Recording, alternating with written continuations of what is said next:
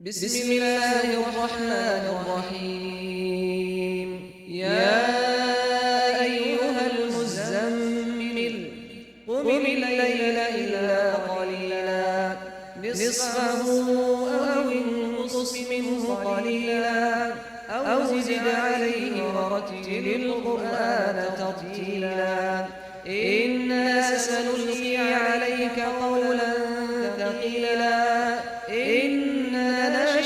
الليل هي أشد وطئا وأقوم قيلا إن لك في النهار سبحا طويلا واذكر اسم ربك وتبتل إليه تبتيلا رب المشرق والمغرب لا إله إلا هو فاتخذه وكيلا واصبر على ما يقولون واهجرهم هجرا جميلا وذرني والمكذبين أولي النعمة ومهلهم قليلا إن لدينا أنكالا وجحيما وطعاما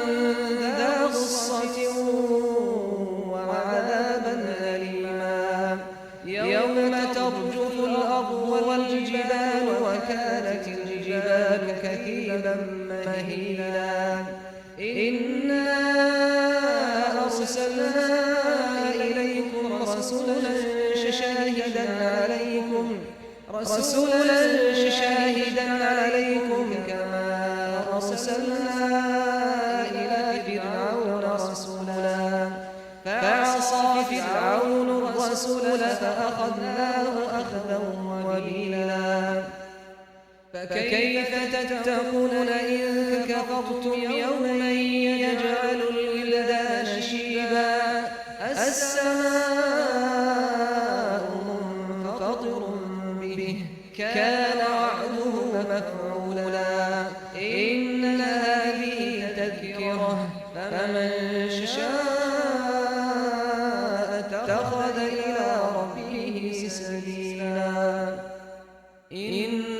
ربك يعلم أنك تقوم أدنى من ثلثي الليل ونصفه وثلثه وطائفة من الذين معك والله يقدر الليل والنهار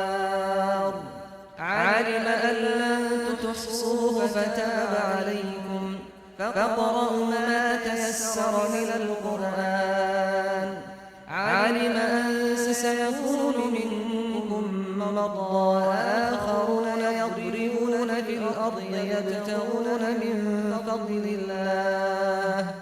وآخرون يضربون في الأرض يبتغون من فضل الله وآخرون يقاتلون في سبيل الله